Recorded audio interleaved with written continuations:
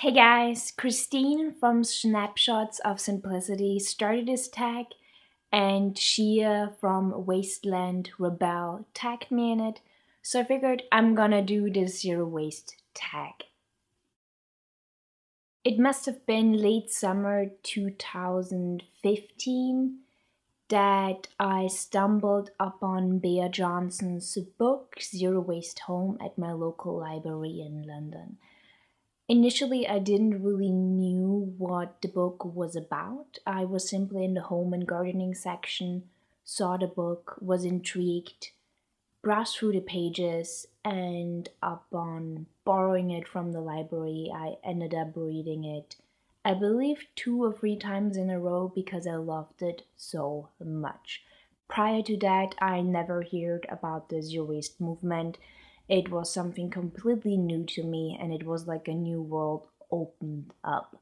I read into blogs, I stumbled upon other YouTube channels that were advocating a zero waste lifestyle, and I really fell in love with the movement. I was at Whole Foods in New York City and I was about to pay, and an older gentleman next to me looked at my drawstring bag, which I had full with oats, and said something along the lines of, "That is what we did back in the day. I haven't seen anyone doing that. That is amazing." And that comment made me really, really happy. My favorite bulk purchase would have to be organic oats from Whole Foods. Why? Because they are a lot cheaper than any packaged oats I ever came across it, and they're amazing. Plus, I think they have 3 or 4 different varieties of oats. I would have to say my safety razor.